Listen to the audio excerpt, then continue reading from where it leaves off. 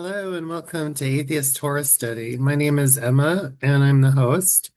We are in the 49th Parsha of the annual Parsha cycle for the Torah. So this is Parsha Ki Teitze. It's the book of Deuteronomy, and we're going to get into it in just a minute. So Atheist Torah Study is something that I started about 2 years ago because I think everybody at my synagogue finally got sick of me talking all the time and always raising my hand and asking questions. And so I thought instead of doing that, I should just start a Zoom thing where I could just talk to my heart's content and I don't have to bother anybody except for people who actually want to hear me say something, which isn't very many people, as I can tell by the viewership of this.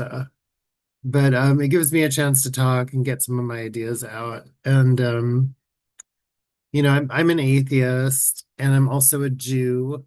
I don't know if I'm a Jew by choice. I mean, I suppose technically I am, but I don't know. I mean, the reason that I started hanging out with Jewish folks is because my grandmother said that we had Jewish heritage. And so I started going to a synagogue because I wanted to explore it and learn about it. I'd already been an atheist for I've already been an atheist my whole life, but I still wanted to learn about the synagogue because I've always been really fascinated with religion.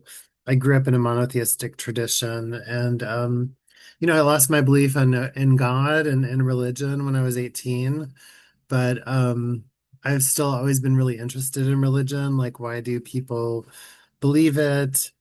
What do people see in it? What are the different kinds of gods that are in people's imagination, because it's like there's like 8 billion people on Earth. I'm not sure how many of them believe in a monotheistic God, but I think that almost anyone who was raised in a monotheistic tradition, whether it's Judaism, Christianity, Islam, Mormonism, I don't know what else is monotheistic, maybe I don't know. I guess there's some other ones, but those are the main ones. But I just wonder, like, but not just monotheistic, but other traditions too. Like, what kind of gods are they seeing in their imagination? Because, there's, I mean, there is no God. I'm absolutely 100% certain of that. There's no God, and God is totally a social construct. If you can even call God yeah, God's a social construction. So it's like God is this thing that we've been carrying through history. And what is that thing? And I've tried to explore it in this series. I've had a lot of time to talk about this and I've had a chance to kind of explore it. I mean, I feel really happy with what I've done with this, and I kind of feel like it's like my own bachelor's thesis in Judaism and in monotheism. Like, I feel like I've covered a lot of the questions that I really wanted to address, and I've tried to answer some of the things that I've really wondered about from the perspective of an atheist. So for me, this has been really good. I don't know if anything that I've created has been watchable or interesting in any way, or if anybody even cares about anything I have to say.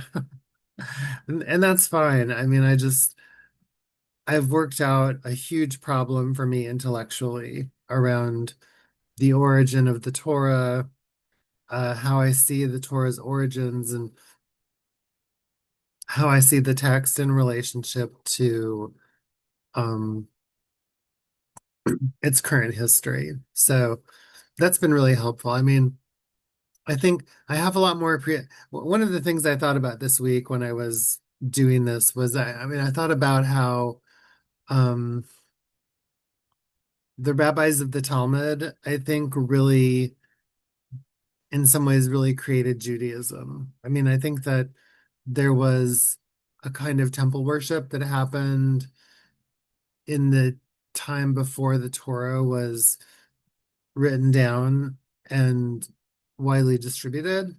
There was, definitely a temple tradition. And that temple tradition was, I don't know enough about it to say that it was radically different or radically similar to all of the temple traditions in the ancient Near East. I mean, I've certainly learned that there were temple traditions, and that was a part of the religion. But I think that both the writing down of the Torah as a text and then the incredible amount of communication and thought and writing that went into the creation of the Talmud really defined what Judaism is. I mean, I don't think you can really go and look at Judaism as it was written in the Hasmonean era and kind of understand what it is now. I mean, you just, there's no way to understand it unless you understand the long evolutionary arc of the religion. And I think that's probably true of Islam, and it's also true of Christianity.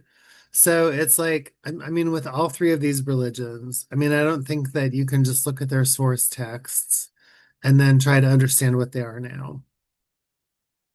Unfortunately, their source texts really infect what happens now. And that is a terrible thing. I mean, in my own lifetime, in my own generation, in this decade, in the, you know, in my life, I have witnessed the mass murder of tens of thousands of Palestinians in the name of God. And it's just one of the most disturbing things I can possibly imagine to think that this religion that I study and that I really, um, in so many ways appreciate could also produce people who belong to a government that dropped bombs on entire families hiding inside of their apartments and like literally wiped out entire families.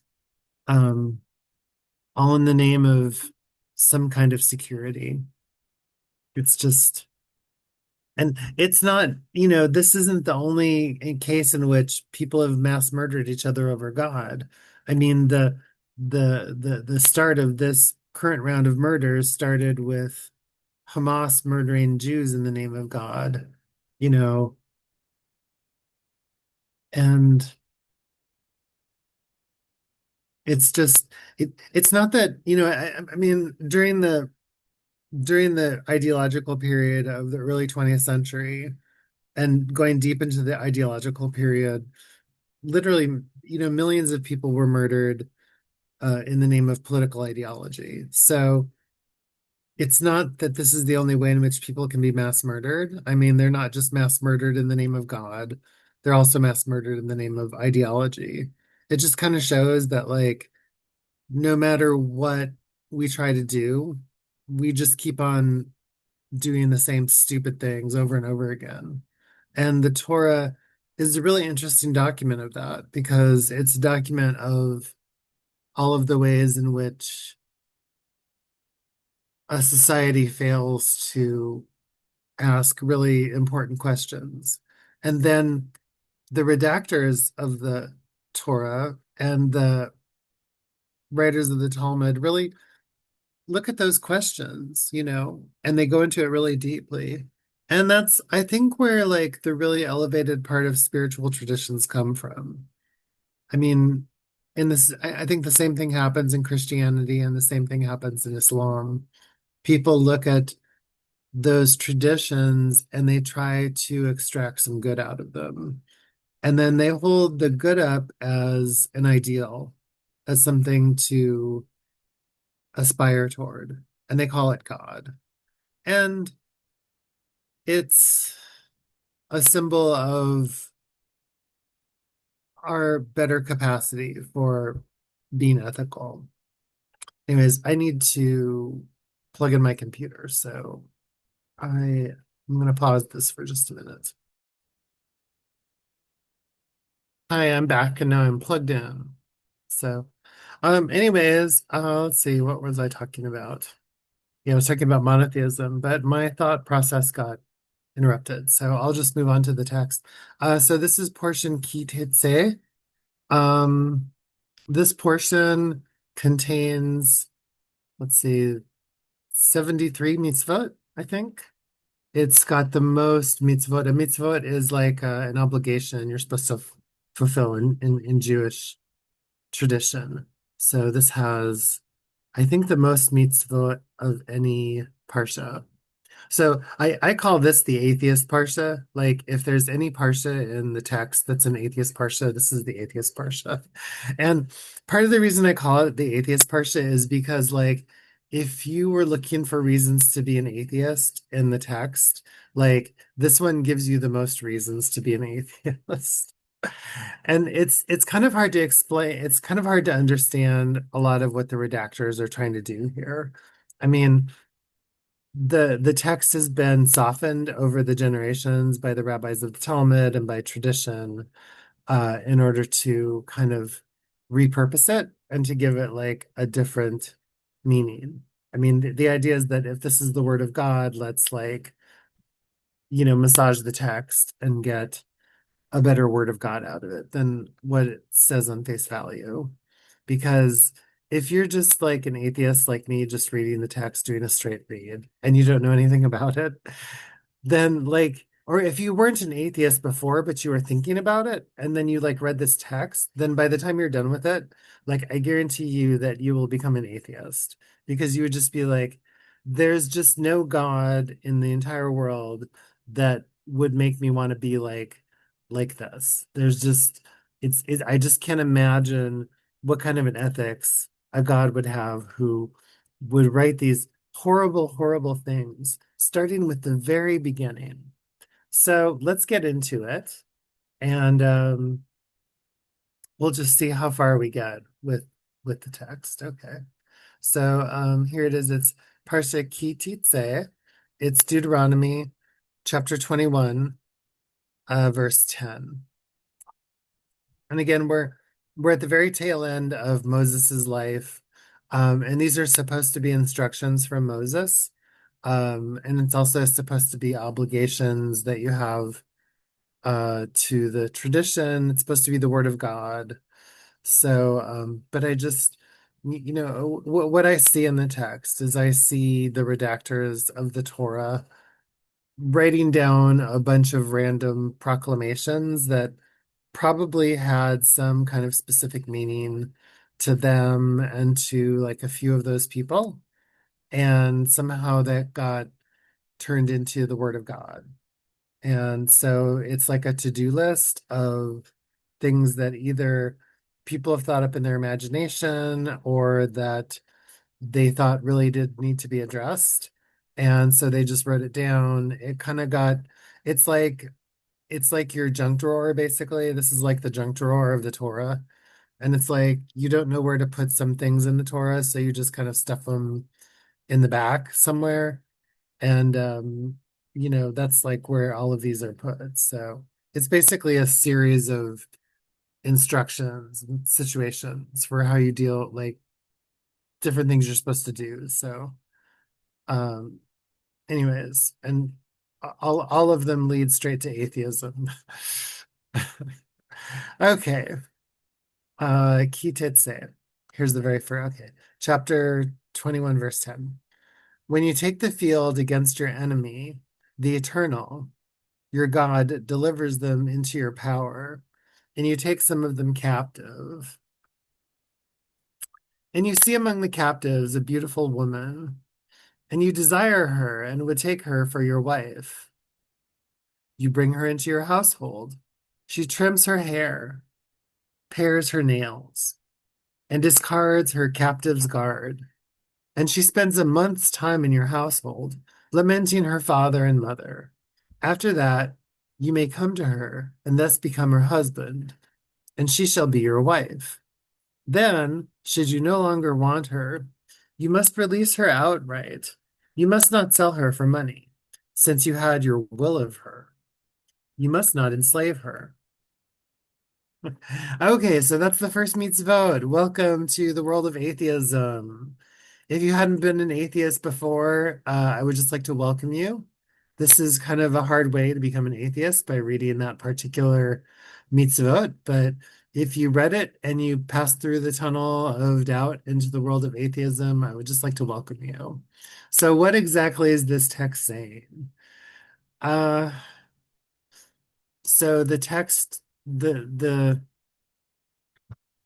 generous view of the text is that in the ancient world, quote unquote, it used to be common to when villages were ransacking each other and were um, you know taking slaves that this was a more generous way to take a slave or take a concubine or take a chattel or something. I don't know. It's like it's basically so, but it has all of these underlying assumptions that have basically been completely stepped over in order for someone to write this text. I mean, the very first one is that you're going into a city and oh yeah, that's right.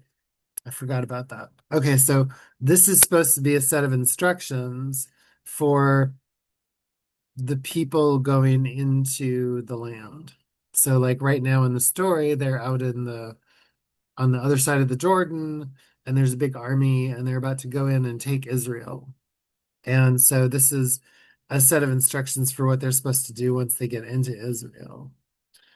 So a generous read of it is that, oh, well, back in those days, this was a much kinder way of treating somebody who had been taken captive, you know. Um, my own personal thought about this part of the text is that this is just something that the redactors wrote because they thought it would be a good part of the story. So I think with a lot of these mitzvot, they're like more, they're kind of storytelling devices. So it's like you're supposed to put yourself into the mindset of the redactor and into the mindset of the people who are about to go into the land. And this is like, this is kind of like their version of television. It's like they've created this fantasy world where, I mean, with the fantasy, because so many other parts of the text are, mythological and they're supernatural. I mean, there's so many parts of the text like where the god is a cloud, the god's a pillar of fire, people get burned to death instantly right in front of them for like not having the right fire pan. The ground opens up and swallows up everybody. The sea splits open. It's like I don't know that we should read this text as any different from the sea splitting open. I mean, I don't know that I'm not saying that people didn't engage in warfare and take other people as slaves and even as concubines. I mean, we have just tons and tons of evidence of that. I mean, going all the way back to not very far, like to the 19th century, we have tons of evidence of this and of, but what this is an overlaying of uh, a certain kind of approach to the access of women's bodies as being analogous, as being linked with warfare. And so the idea that a woman is somehow in a woman's body and having access to women's bodies is somehow like connected to warfare and conquest and to hypermilitarism and the kind of male erotic sexuality that exists in military conquest where men are naked men and partially clothed men are trying to kill each other and still to this day are killing each other with drastic changes in the sartorial choices, but it's still this kind of hypersexuality and like somehow these women and these women's bodies are linked to that kind of militarism. So I don't really know that any of this is true or that it was ever practiced, or what it means. It just, I really think personally of this as a storytelling device. It's like, the readers of this, are supposed to be, very strongly connecting with ideologically with the religious nationalist narrative that is being presented to them. It's supposed to kind of strengthen them for having this really strong religious nationalist bond. So it's a way of like congealing the identity of an entire people. And then over time, over the generations, it's also served as a way of like holding the bond of a people together. So it's become a storytelling device. And one of the things that's interesting about it is that all of these different parts of the text were preserved. So somebody thought, well, now that we've got the text, we don't know the reasons why it was written or who wrote it, even or when it was written or anything, but we've got it now, so we have to preserve it. And so they've preserved it throughout time, which is, you know, I mean, it's understandable why people would preserve a text. It's like preserving a work of art or preserving all the texts of a scientific paper or something. I mean, it's like preserving all the cuneiform that was found in the Ugarit that is mostly just a bunch of transaction records. I mean, when you preserve things, then you have something you can refer back to understand as a starting point. Even though, I mean, by now we know that this isn't really, I mean, this isn't a starting point for human history. It's not a starting point for the evolution of religion. It's not really any kind of a starting point, except that it's a starting point in the text. And, I've been rereading, I've been reading that book by Yonatan Adler, The Origins of Judaism. And I don't think that Adler is saying specifically, it's more just me reading into the text, but I think Adler is basically saying that Judaism as it's understood today began with the widespread dissemination of this text. And I think that's pretty clear. Anyways, let's keep on reading. So let's see. If a man has, this is the next mitzvot. They're all the first like 10 or 12 of these are mostly just nightmares, basically. Okay. If a man has two wives, one loved and the other unloved, and both the loved and the unloved have borne him sons, but the firstborn is the son of the unloved one, when he wills his property to his sons, he may not treat as firstborn the son of the loved one in disregard of the son of the unloved one who is older. Instead, he must accept the firstborn, the son of the unloved one, and allot to him a double portion of all he possesses, since he is the first fruit of his vigor. The birthright is his due. So, I, so a birthright is like the way it was understood in the ancient world, in the ancient world, the way it was understood at the time that the Torah was redacted, is a birthright is like, your portion of the inheritance. Like you're supposed to get something. Like if your dad has 100 sheep and he's about to die and he has, four children, then like under normal, well, no, there's no normal anything. In this system, you break up the four sons or the four children. Yeah, it only goes to the son. So let's say he has four sons. Maybe he has four daughters too. The daughters don't get anything. Too bad, you're screwed. If he has four sons, then, by the way, I'm totally being facetious when I say that. I just think there actually is a part of the Torah that's about the rights of women to inherit. If the man doesn't have any sons, I don't know. It's also backwards, but that's how it was back then. Anyway, so that's how it became because in some ways the text moved that way and the culture moved that way. But anyway, sorry, back to the story. So let's say that somebody has four sons and he has 100 sheep. So then if he was to give equally to all four of his sons, and each son would get 25 sheep. But instead, what they do is if you're the oldest, you're special. Now, I appreciate this because I'm the oldest, so I feel like I'm special. But, I'm not going to get anything from anybody, so I'm not really worried about that.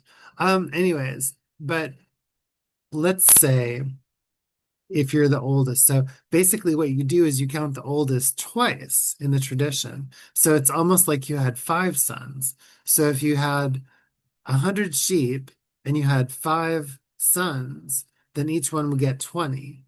But you actually only have four sons. So what the oldest gets is the oldest gets 22 times. So he gets 40 sheep, and all of his brothers only get 20 sheep.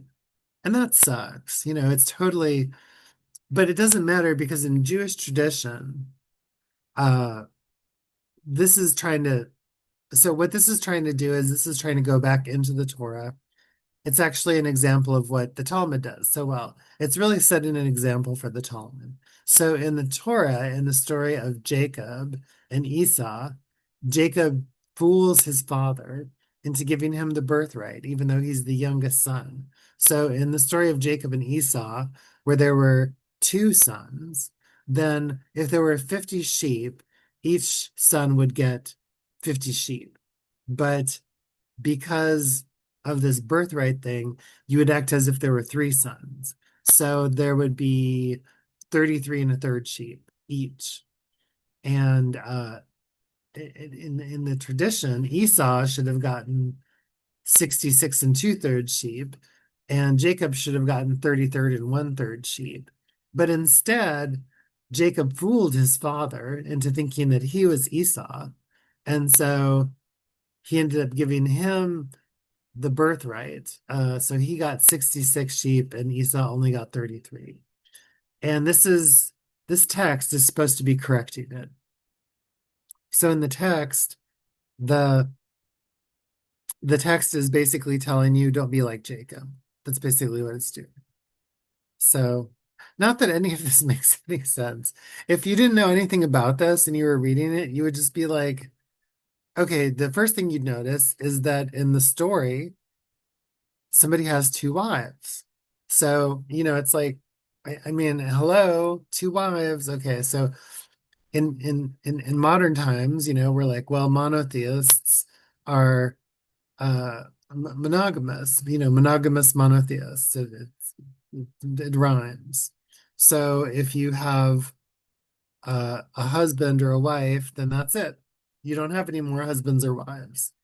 But in the tradition here, it says that you can have more. It there must be some tractate somewhere that goes into what you're supposed to do if you want to have like several wives. I mean, I don't even want to get into that. I just don't want to get into it. I'm just not going to go there. I just, you know, I'm just not even going to go there. Anyway, so that's what that's about. All right, let's keep on going. Here's the next wonderful Parsha to bring you into the land of atheism. If a man has a wayward and defiant son, who does not heed his father or mother, and does not obey them even after they discipline him, his father and his mother shall take him and bring him out to the elders of his town, at the public place of his community. They shall say to the elders of his town, this son of ours is disloyal and defiant. He does not heed us. He is a glutton and a drunkard. Thereupon the people of his town shall stone him to death. Thus he will sweep out evil from your midst. All Israel will hear and be afraid. Okay. So here's another atheist Parsha. If you didn't already need two reasons to become an atheist this week, then here's your third. If you have a rebellious or defiant son, then you shall bring him to the town square, and everyone shall stone him to death. And those are the instructions in the Bible. The Word of God. So what's this about? So I read that this never happened. This never actually happened. It was, again, remember, this is the same book that says that God is a pillar of fire and God is clouds. So remember, this is people writing fiction. So this is another piece of fiction. The redactors are writing something. Maybe they did stone their children to death. I don't know. Maybe they did. I just for the I can't really understand this parsha. I mean, this mitzvot. I really can't understand it. I mean, let's say that somebody is a drunkard or a glutton. Isn't there a better way to deal with them than stoning them to death? Maybe just tell them to move out of the apartment. Go hang out down in the part of town with all the drunks and the gluttons. It's interesting that being a glutton and a drunkard is like they're like somehow linked. Anyways, um, I don't know. What are your thoughts on this? I would like to, if you've ever had anything you wanted to say, I'd love to hear what anybody thinks about this. I mean, there's probably, I think that I mean, all I can use is humor for this part of the text. So like, you know, I think maybe this was written by a parent who was upset with their child, basically, and wanted to kind of get revenge by it's like fantasy fiction. Like when you write a piece of fiction, like where you know, I don't know, whatever you want to write in your fantasy fiction. This is like maybe that's what this is. Maybe this is like somebody who really wanted to control their children and their children weren't doing what they wanted. It From a psychological perspective, it might reflect what a lot of parents really wish they could do to their children. You know, um,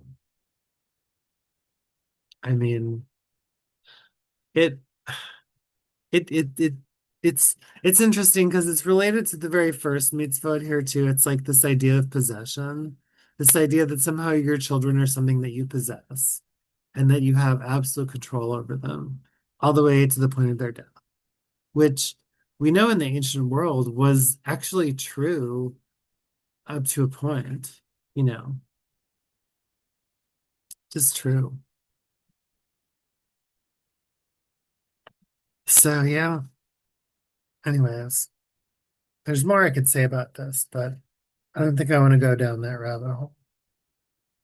All right, here's the next one. Number four, top 10 meets vote for why I became an atheist. Okay, number four.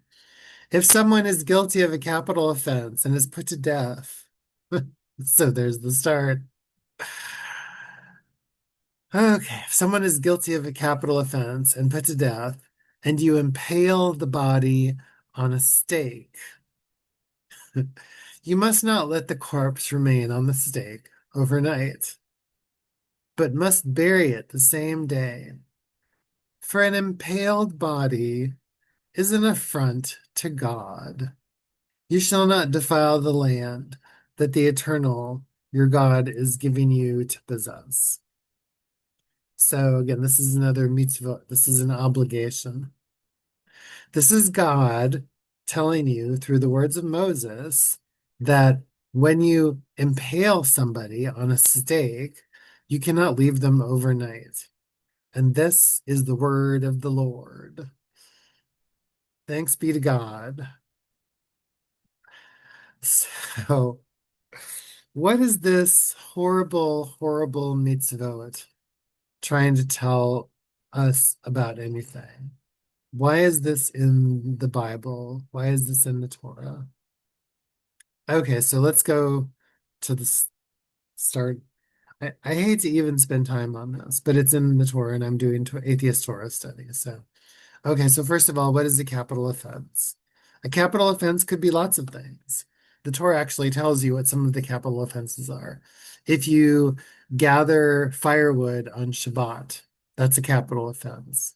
We saw just the mitzvot right before this, that if you are a glutton and a drunkard, then that could be a capital offense. Anyways, there's lots. I'm not sure exactly how many capital offenses. This is actually a good question for Chat GPT. Let me see if I can get an answer to this really quick because it's like super fast. Um, what are the capital offenses in the Torah? Let's see what ChatGPT says, because I'm really curious about this. This is like the ways in which you could be impaled on a stake. Well, it's thinking. It's thinking. Let's see what it is saying. Oh, yeah. Okay.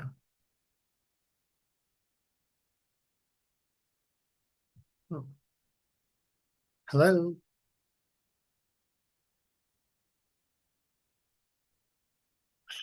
I'm sorry. I'm taking time out of this to do this, but I really do want to find out. Oh God, the computer's frozen. Okay, let's try this one more time. Let's see if it can answer this. Offenses in Torah. Oh, it's just being so slow now. Darn it. Oh, here we go. Okay. So here's a list of capital offenses. Murder. Okay, yeah. That one still tracks with modern times. I'm an anti-death penalty activist. I've been involved in, supporting movements against the death penalty in the United States, basically for most of my adult life. I mean, I started getting involved with anti-death penalty activism when I was in my 20s, and I've kind of stayed up with it like all the way now into my 50s. So right now I can say this is a really terrible time in America for the death penalty. The death penalty is used more frequently than it has been in a while, and public sympathy has moved more in favor of the death penalty as a punishment. Um, well, I don't know if it's public sympathy, but a lot of state governments have chosen to, exercise the death penalty uh, more than they have in the past. So, and I can say, as somebody who I've been a volunteer in prisons for a number of a number of years now, and I've also um, interviewed and done media on issues around justice for people incarcerated for most of my adult life. And I mean, I've met lots and lots of people who committed murder, and I don't think that any of them should be put to death. I mean, I think that they went to prison, they did their time, they learned their lesson, they came back out, and they're trying to be a better person now. And I just think that, you know, I think the prison is appropriate punishment for a capital offense. I don't think that putting someone to death is appropriate. So that's just my own take on it. Okay, so here's the other capital offenses. Kidnapping, cursing, blaspheming God. You can be impaled on a stake for blaspheming God. Idolatry. If you make a statue of a bull, enticing others to idolatry, so encouraging other people to worship bull statues, violating the Sabbath, we just talked about that one, witchcraft and sorcery, so if you cast spells, bestiality, of course, having sex with animals, oh boy, there's so many here. Okay, adultery. Well, we know what that is. Sex with a married or betrothed woman, which I guess is another kind of adultery. Incestuous sexual relationships. So sex with your father, sex with your mother-in-law, um, homosexuality apparently can be a capital offense. So I'm not homosexual, but most people put transgender people in that same category. So I would definitely be impaled on a stake. Daughter of a priest engaging in prostitution. So if you're dad is a priest and you're a prostitute, you can be impaled on a stake. Of course, if you're a rebellious son, disobeying a judge, you can be put to death for that. False testimony. Well, that is really sucks if you do that, but I still don't think you should.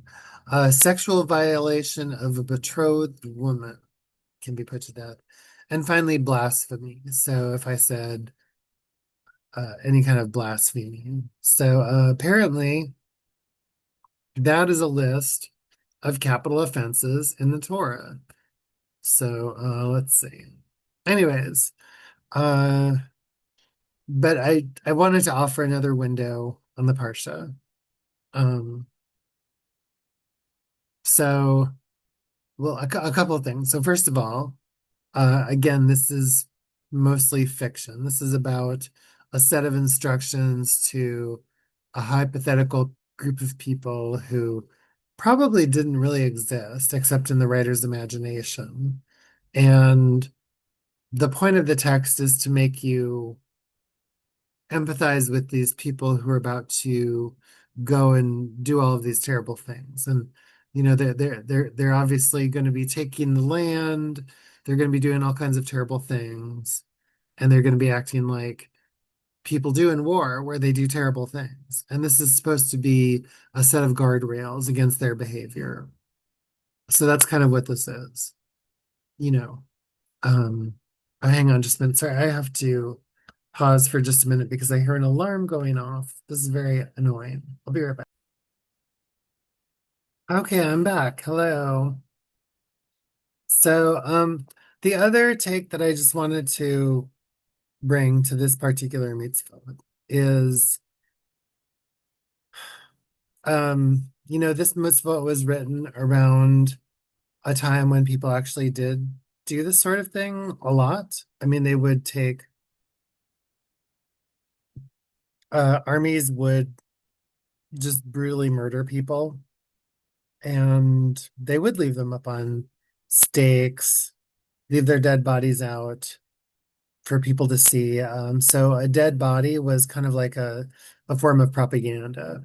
The message was that if you rebelled or defied this power, that this would be the punishment. Your body would be humiliated and left out for people to see, and so it wouldn't have any dignity.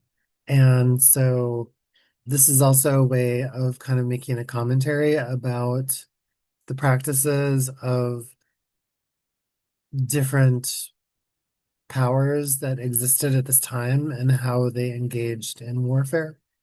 And it was supposed to be telling you that you were supposed to do it differently. So that's one interpretation of it. There are others.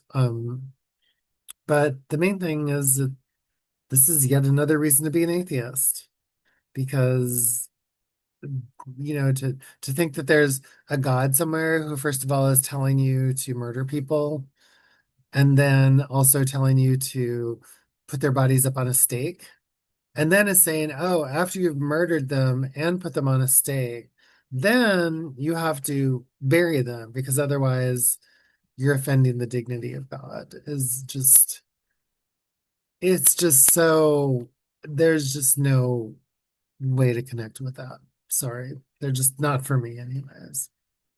All right, let's keep on going on. So here's some nice mitzvot. So we just had these horrible, brutal, horrifying mitzvot that make you want to be an atheist. Now here's some that make you think, oh, maybe God's not such a bad guy after all. Okay. We are on verse 1 of chapter 22. If you see your Israelites, ox or sheep gone astray, do not ignore it. You must take it back to your peer. If your fellow Israelite does not live near you, or do not know who the owner is, you shall bring it home, and it shall remain with you until your peer claims it. Then you shall give it back. You shall do the same with their donkey. You shall do the same with their garment. So too shall you do with anything your fellow Israelite loses and you find. You must not remain indifferent. So this could be uh, a mitzvot against AI because AI scrapes people's creative content and takes it for itself. And this is telling you you can't do that. You can't just take something and say that it's yours. If you find something that belongs to somebody else, even if you don't know who it belongs to, you still have to treat it like it belongs to somebody else and try to find a way for them to get it back. So I can say in my own life, I haven't always been the best person about that. I mean, I just admit it. There's a couple of times I found things, they didn't have names on them. I didn't know whose they were, and I just kept them. And I feel guilty about that. I mean, I should have taken more effort to try to find the owner of the thing that I came across. So that's actually not a bad one. That's a pretty good one. Okay, let's see. If you see your fellow Israelite's donkey or ox fallen on the road, do not ignore it. You must raise it together. Kind of the same thing. Just, you can't, you have to, you have to pay attention to the things around you and take care of them. Okay. Next mitzvot. Oh yeah, this is great. Sorry, I didn't forgot that this is in here. This is like ground central for transgender. So here's the transgender mitzvot. A woman must not put on a man's apparel, nor shall a man wear a woman's clothing. For whoever does these things is abhorrent to the eternal your God.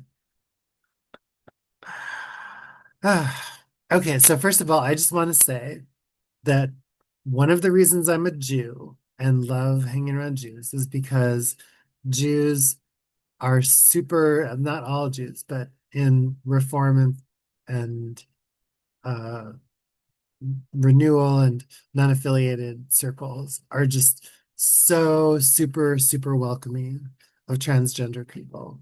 And I have so appreciated being welcomed and included in the transgender community within Jewish spaces. I mean, it's just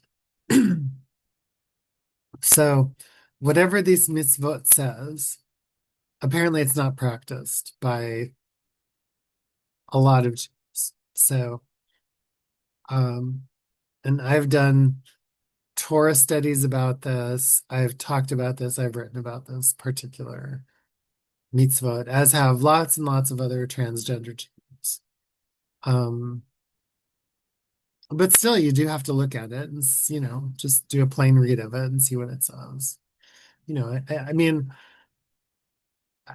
I will say this for starters. I love wearing dresses. I love dresses. They're so comfortable. I have this great collection of dresses in my closet that I've gotten over the years. I love dresses. Also, I love having a female body. Um, Not everything about my body is female, but a lot of things about my body now are female. And I find it super affirming. I mean, I love wearing dresses. I love having a female body. Um, I mean, if I were to read this mitzvah quite literally, then it would mean to me, I shouldn't wear dresses and that I shouldn't have a female body. Now, this is what, the government is trying to tell me right now. The United States government, under the leadership of the President of the United States, and with the backing of the Republican Congress, is basically telling me every day that this particular verse in the Bible should be the law of the land, and that somehow the things that I'm doing as a transgender person are abhorrent to the Constitution, abhorrent to America, abhorrent to American values, and in some cases illegal, and even should be the subject of criminal penalties. So, the idea of wearing a dress, of having a female body, um, of having the the experience of femaleness that I can get out of my own life's experience is somehow that should be regulated, controlled, suppressed, diminished, silenced. Um, is definitely tracking. Like this portion of the Torah is tracking with current US policy, domestic policy. And the United States isn't the only country doing this. I mean, other countries are doing this too. Like, for instance, in Great Britain, there was a ruling by that country's Supreme Court basically that said that, basically said that transgender women don't really exist. They're not real. It's not a real thing. They don't have any legal status. Um, and I could spend a lot of time talking about this. I want to say that the way that the traditionists try to interpret it is that, well, I don't know. It tries to do different things to dance around it. So one of the ways that this is understood is it's understood as a prohibition against idolatry. So there's this idea that whatever this is referring to had to do with something having to do with like a temple or a cultic practice, and that it wasn't appropriate for people to be engaged in cultic practices that weren't specifically monotheistic and within the tradition of Judaism. So this is kind of a warning against drifting into the cultic practices of the nearby cultures. So that's one way of understanding it. There's a lot of other ways of understanding the text that people have come up with. Um, as I said, there's a really large, I mean, there's a lot of transgender Jews, and we're definitely included in the Jewish community. So there's also a lot of transgender atheists. And, as an atheist, being transgender isn't any problem at all because there's nothing in atheism that says anything about being transgender. I mean, now there might be some atheists who question whether or not transgender is a real thing. Is it some sort of real thing? But it's easy to walk around that in so many ways because I mean, if you're just within the world of atheism, I can make the very easy argument, which I think I could pretty easily have with most atheists, that gender identity is a cultural construction. It's a social construction. I mean, there may be things that are inherent to human biology, but the expression of gender identity is primarily cultural. And I think that most of the really important work that's like really given transgender people their grounding has been non-religious. So, I mean, the ways in which both queer identity and trans identity have really blossomed has not been with the leadership of religious institutions. It's really come from people who aren't really affiliated with religion. In most cases, actually rebelling against religion. And so, I mean, as you can see by looking at the text and the extreme conservatism of the text itself has not been a source of innovation in the advancement of rights. It's been something that has been just one step behind. Not that there aren't places where the religion and the religious tradition really have played an important role in the advancement of rights, but this isn't one of those places. But the really good religions have been just a step behind, listening to what non-religious people have said about their identities, whether it's their sexual orientation or their gender identity. and they've kind of been one step behind, and they'll kind of look into their tradition and say, "Oh, I can find room in this tradition for this. It's not that hard to do. There's lots of places in the tradition where it can connect with these arguments about rights that are being made." And so in that way, Judaism has been really great. And so I think I'll end this Torah study today on portion Ki Teitze right here, by talking about some of these positive things, because I think that it really has been nice. I mean, I've really appreciated that part about Jewish experience, that it's been super supportive and really inclusive of folks with gender identity. So thanks so much. You've been listening to Atheist Torah Study. And we just have 5 Torah portions left, uh, going through about the very end of the high holidays. So, and then I will be all done with this. And I just really appreciate you spending time studying Torah with me. So thanks so much, and have a great day, whatever you are and whoever you are and whatever you're doing. Have a great day. Thank you.